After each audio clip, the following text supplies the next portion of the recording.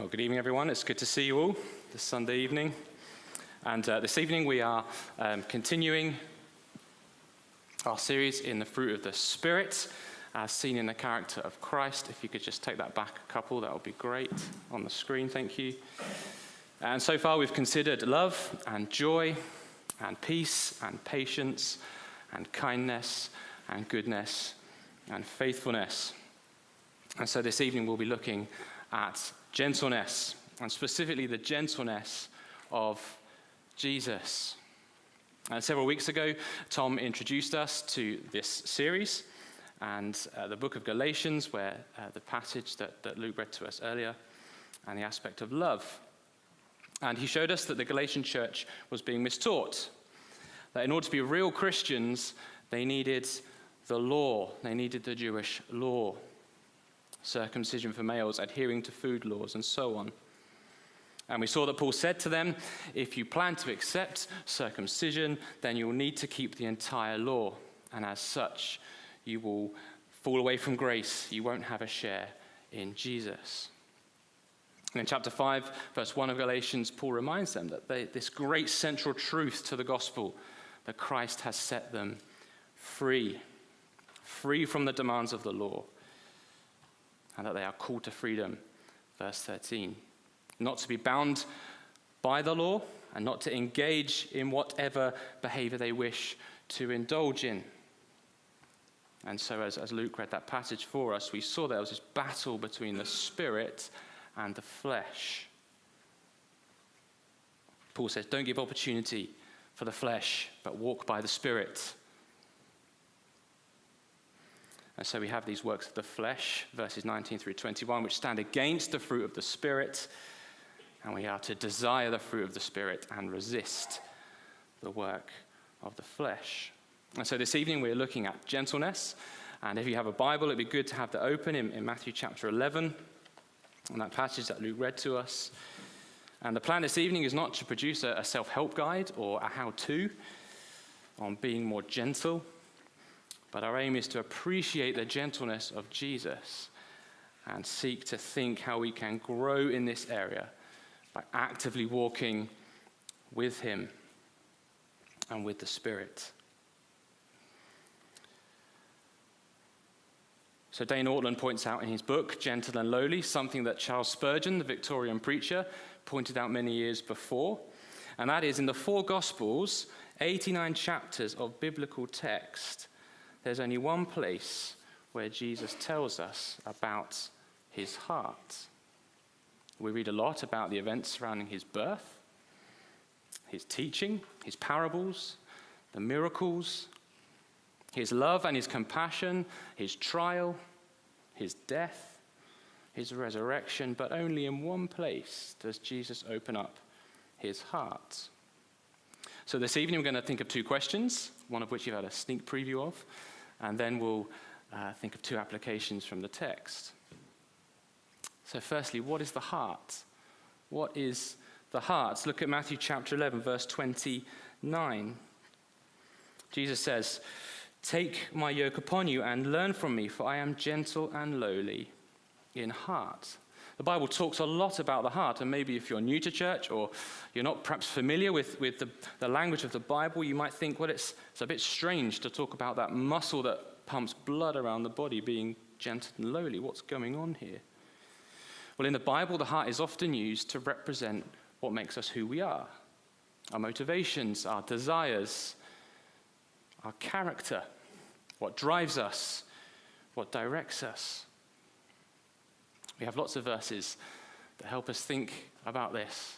Proverbs 4, verse 23 says, above all else, guard your heart, for everything you do flows from it. Psalm 51, verse 10, create in me a pure heart, O God, and renew a steadfast spirit within me. Matthew 5:8, blessed are the pure in heart, for they will see God. So in the same way that our heart is central physically to our body, the Bible pictures the heart as being central to who we are. Out of it flows everything that we do. In Luke chapter 6 and verse 45, it says, a good person brings good things out of the good stored up in his heart, and an evil person brings evil things out of the evil stored up in his heart. For the mouth speaks what the heart is full of. What is your heart full of this evening? What is my heart full of this evening? So that's what we mean by the heart. It's central to who we are. What is gentleness? What is gentleness? Well, the first thing to say about gentleness is it does not mean weakness. It does not mean being soft or a walkover. It's not avoiding confrontation at all costs or being passive all of the time. Jesus clearly tells us here in Matthew chapter 11, I am gentle. I am gentle. But if we look through the gospel accounts, we can see that Jesus sinlessly deals with people and situations sometimes very firmly. Look at the verses just before our one in Matthew chapter 11, verses 20 through to 24, where Jesus is denouncing the cities of Chorazin and Bethsaida and Capernaum, places that he performed many miracles in that turned their back on him and remained unrepentant. If you look after our verses in Matthew chapter 11 to chapter 12, we can see many examples there too. In chapter 12, verses 1 to 8, Jesus confronts the Pharisees, their blindness to the Sabbath and its purpose. In chapter 12, verse 9 through 14, he deals with their lack of love and their frankly disgraceful view, low view of human life when Jesus heals the man with the withered hand. In chapter 12, verses 22 through 32, the Pharisees attribute Jesus' power to Satan and not God. And so in chapter 12, verses 33 to 37, Jesus calls them a brood of vipers. He says to them, out of the abundance of the heart again, the mouth speaks. So instead of Jesus being guilty of blasphemy, by casting out the demons, the Pharisees themselves are guilty of blasphemy, and so their wicked words are revealed, their wicked hearts are revealed. In Matthew chapter 23, we see Jesus calling the scribes and Pharisees whitewashed tombs. He says, you look great on the outside. You look so clean and impressive and obedient and pure. But on the inside, you are dead. You are unclean. In Mark chapter 11, we see Jesus cleansing the temple, overturning tables and chairs, driving out the money changers. And he says, you have made my Father's house a den of robbers. So hopefully you can see this gentleness of Jesus. It's not weakness. It's not a softness. Jesus demonstrates this sinless balance between the pursuit of righteousness and standing against injustice, whilst being gentle in heart. When you hold something fragile, hopefully you hold it in a way that reflects its fragility. When we had children that were newborn, people acknowledged this in one of two ways. They would either refuse to hold the baby, as though they somehow would lose all ability to hold something,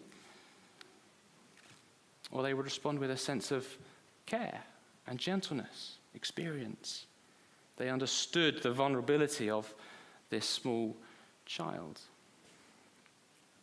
And that's how Jesus deals with us. That's how Jesus deals with you and with me. It would be good if you can to turn to Isaiah chapter 42 in our Bibles, page 602. And we read these verses a few weeks ago when Paul preached on kindness, but I think it's good for us to see them again.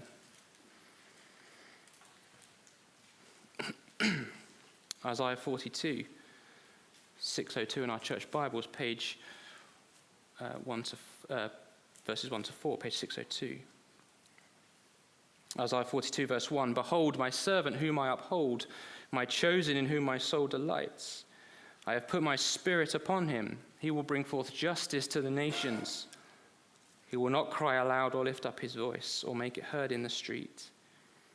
A bruised reed he will not break, and a faintly burning wick he will not quench.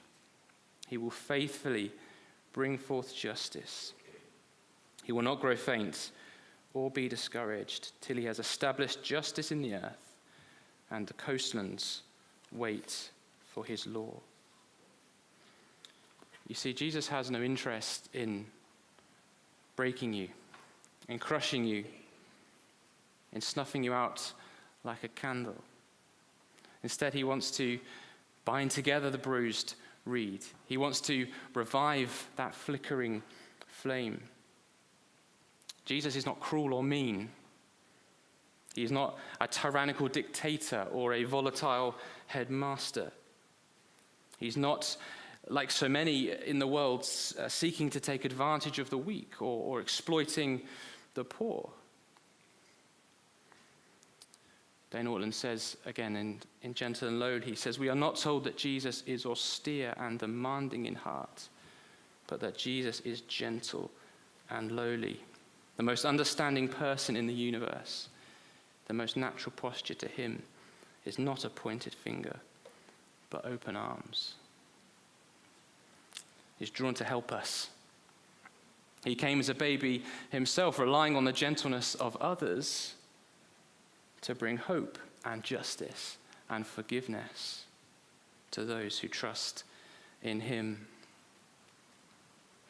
And so that leads us into 2 points of thought or application from our passage in Matthew chapter 11. If you can flick back to that, that would be helpful. And the first one is this: come to me, an invitation to receive gentleness. Receiving an invitation is exciting, hopefully. I suppose it depends who it's from. It's even more exciting when it comes through that long-lost form of communication, the post. We've thought a little bit already of the Pharisees and their law-keeping burdens they were placing on the people. And they'd taken the Ten Commandments and added hundreds and hundreds of laws. I wonder if we can put ourselves in the sandals of the ordinary first century Jew. It's probably too difficult for most of us to really enter into that burden and that stress of trying to keep track of all the laws and the sub-laws and the sub-sub-laws and rules and the interpretations of those laws and rules, and being under the watchful, picky eye of the Pharisees. And so it's wonderful that Jesus enters this scene and he says, come to me, all who labor and are heavy laden, and I will give you rest. Think of how refreshing and releasing those words would have been to those listening to Jesus. It's not an invitation for some, or for the rich, or for the religious, or for the well-connected, or the wealthy, or the privileged. And there are loads of examples of Jesus' gentleness throughout the Gospels. Some examples in Matthew chapter 6, when the woman who has been bleeding for 12 years, she thinks, well, I'll just go and I'll find Jesus, and if I just touch his garment, I will be made well. And she does that, doesn't she? She touches Jesus' garment, and she feels healed within herself. And what does Jesus say? Jesus says, who touched me? Who touched me? And the Pharisees say, well, what a crazy question. There's people all around you. What do you mean, who touched you? And she comes out, doesn't she? She's been outed. She comes before Jesus trembling. And what does Jesus say to her? He says, daughter, your faith has made you well. The gentleness. Or in Matthew chapter 23, verse 37, Jesus cries out for Jerusalem and he says, how often I would have gathered your children together as her hen gathers her chicks under her wings. This reflects Jesus' gentleness, his compassion, his love for those he deals with. Though we have no Pharisees watching over us, we can still lean towards this tendency, can't we, of trying to earn God's favor or trying to earn our salvation, sort of a Jesus plus religion, something like the Galatians were guilty of. But the invitation of Jesus is to say, no, you need to cast that off. You need to throw that to one side. You see, our attempts to keep the law are not good enough. We can't do it. And the letter to the Galatians is full of clear teaching on this. In Galatians 3 verse 2, Paul writes, "Did you receive the Spirit by works of the law or faith?" In chapter 3 verse 10 of Galatians, he says, "For all who rely on the works of the law are cursed. Cursed be everyone who does not abide by all things written in the law." A few weeks ago, Marco preached to us in the morning from Luke chapter 18 and that account of the rich young ruler. And he comes to Jesus, doesn't he? He says, I've kept all these laws from birth. I've done it all. And Jesus affirms, he says, yes, that is the way to eternal life. That is the way to heaven. But we saw that the man fell at the first hurdle, didn't he? In that he worshipped his wealth instead of his God. Wonderfully, Paul writes in Galatians 3:13, Christ redeemed us from the curse of the law by becoming a curse for us. Look at the end of look at verses 28 and 29. In Matthew chapter 11, where Jesus says, "Come to me," that invitation, "all who labor and are heavy laden, and I will give you rest. Take my yoke upon you and learn from me, for I am gentle and lowly in heart, and you will find rest." Rest mentioned twice. Our society is full of busy people, isn't it?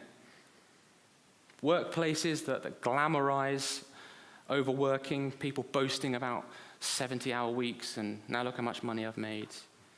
But the reality is, I've found that people really are seeking after rest. What happens on a Monday morning? Can't wait to the weekend. Can't wait for my next holiday. I wonder what you think of when you hear the word rest. What does our society picture rest as? Maybe it's a cold pint on a Friday after work at the pub. Maybe it's a hot bath.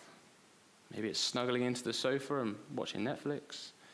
Or a beautiful sandy beach with clear waters and a good book.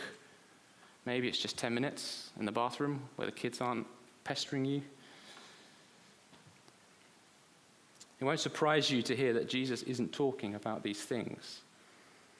You see, we are all heavy laden by the burden of our sin.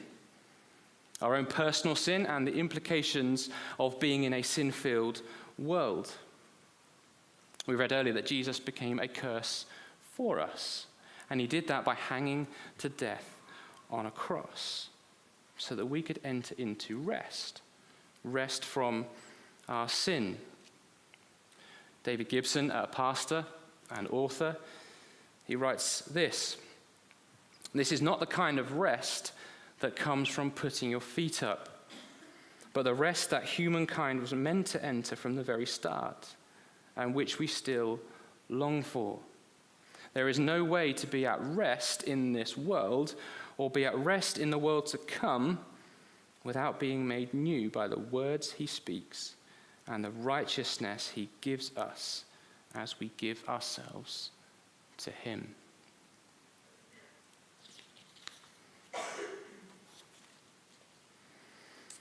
In verse 25 of our passage, Jesus says, "I thank you, Father, Lord of heaven and earth, that you have hidden these things from the wise and understanding and revealed them to little children." A few weeks ago in a sermon, Si used that really wonderful illustration of how children receive a gift.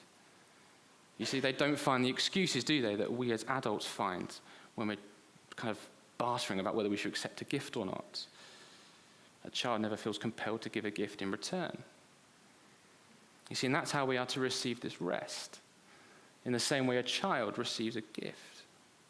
Not once when I've given my children a gift do I get a gift back, or I don't know if I want it. Children are experts at these things. And so receive this gift of rest from Jesus. You can't pay him back. You can't barter with him about whether or not there's something you can do to earn it. Take it, humbly and thankfully and have rest for your souls. So our second or fourth point, but our second point of application from our text. Let me read verses 29 and 30 again, where Jesus says, "Take my yoke upon you and learn from me, for I am gentle and lowly in heart, and you will find rest for your souls. For my yoke is easy and my burden is light." Jesus uses this illustration of a yoke here in these verses. A yoke was a wooden frame that joined two animals together at the head or the neck, and it was used to help them or make them drag heavy equipment along, something like a plow. And so Jesus says, "Take my yoke upon you." We've thought, haven't we? The Pharisees' yoke was hard, it was burdensome, it was weighty. And Jesus says, no, mine is not like that. Mine is easy and my burden is light. It's important to say at this point that when Jesus says, "My yoke is easy," he's not saying that the Christian life will be straightforward or a walk in the park, as we say, or will be free from challenges or pain or difficulty, and that if you turn to Jesus, you will have wealth and health and everything will be fantastic and wonderful all of the time. To say that is a lie. It's not in the Bible. We can just see, can't we, from the life of Jesus, or if you read the book of Acts, or if you look at our brothers and sisters around the world now, or even into our own lives, we can see that the Christian life is not easy.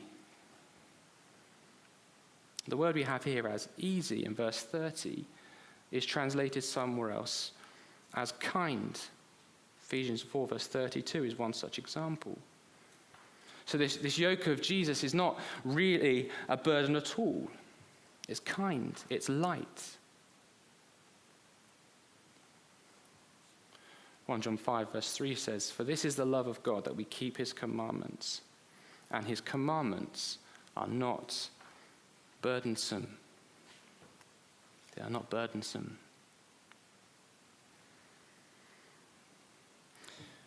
Luke mentioned the US elections, and you just have to follow them for any length of time. Watch some of the rallies, you'll see that there isn't a huge amount of gentleness going on. Our own election wasn't too different, was it? Or if for any reason you find yourself scrolling through social media comments, you're almost surprised when you see a nice comment, or a gentle comment, or a kind comment. My experience of workplaces, of directors and clients and colleagues, is that there isn't much gentleness going around. I'm sure you would testify the same where you are, in your work or in your school, university. You see, the call here is for us to learn from him. Learn from him. This opportunity to show gentleness to others. Jesus is the master. He sets out a template, and we are to learn from him.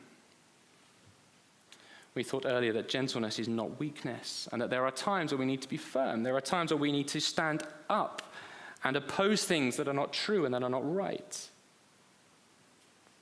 One writer says, "Gentleness is not the absence of power, but the proper use of it." Gentleness is not the absence of power, but the proper use of it. We can be strong and assertive, yet gentle, if we use our position of strength or power not to assert ourselves, but to promote the cause of God or of others. Jesus was forceful, wasn't he? Even confrontational. We've seen some examples, but he was gentle. He used his power not for his own personal gain, but for others. The Apostle Paul in 2 Corinthians 10 verse 1 imitates this sort of controlled strength, if you like. When he says to the Corinthians, he says, "I entreat you by the gentleness and the meekness of Christ." I listen to what I'm about to say to you. And he goes on to say, "I will be bold in correcting you." Look at verse 29 again of our passage, and see how gentleness and lowliness go hand in hand. He says, take my yoke upon you and learn from me, for I am gentle and lowly. Gentle and lowly. You see, gentleness comes with this desire for humility and esteeming others greater than ourselves. That famous teaching of Paul in Philippians chapter 2, where he says, esteem others or count others more significant than yourself. Put aside your own interests. Promote others' interests ahead of yours. Elsewhere, the New Testament is full of teaching for us to deal gently with each other, especially when there is the temptation or natural response or even a right, inverted commas, for us to not be gentle. Remember, gentleness is that correct use of power or strength. So, for example, in Galatians 6, verse 1, straight after our passage in Galatians chapter 5, where the fruit of the Spirit is mentioned, Paul writes, brothers and sisters, if someone is caught in a sin, you who live by the Spirit should restore that person gently. 2 Timothy 2. Those who oppose the gospel or make things difficult for us. In 2 Timothy 2, verse 24 and 25, it says, and the Lord's servant must not be quarrelsome, but must be kind to everyone, able to teach, not resentful. Opponents must be gently instructed in the hope that God will grant them repentance, leading them to a knowledge of the truth. There is that promoting the cause of God above our own. Ephesians 4, verse 2, be completely humble and gentle. Be patient, bearing with one another in love. There's that humility and gentleness together. Also notice here in this Ephesians verse how the fruit of the Spirit is as a whole. It's joined up. There's not 9 fruits of the Spirit, as we've thought about before, but there is one fruit of the Spirit, and all of these aspects should be present in our lives as we walk with the Spirit.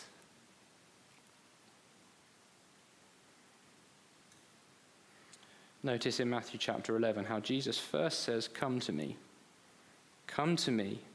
and then learn from me. You see, the learn from me can only take place after the come to me. You see, you can't have the fruit of the Spirit, or you won't have the fruit of the Spirit, without coming to Jesus first. This gentleness cannot be found anywhere else. It's not man-made. It's unique because it comes directly from God. Thomas Goodwin, an English Puritan from the 1600s, he said, paraphrasing a little bit for modern English, he says, you may think him, Christ, being the Son of God, filled with glory, and sitting at the right hand of God, may now despise us, or the lowliness of us here below. But no, says Christ, I am willing to gift my love, my favor, upon the poorest and the lowest.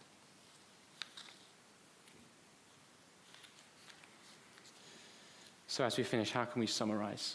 Well, back at the very start, if you can remember, a few months ago when Tom preached on love, and he gave us the introduction to our series, he gave us 4 headings: admiration, conviction. I should have got you to tell me them, shouldn't I, probably? Admiration, conviction, inspiration, and thankfulness. So we can recap and think about gentleness under these 4 words or headings. Well, firstly, admiration.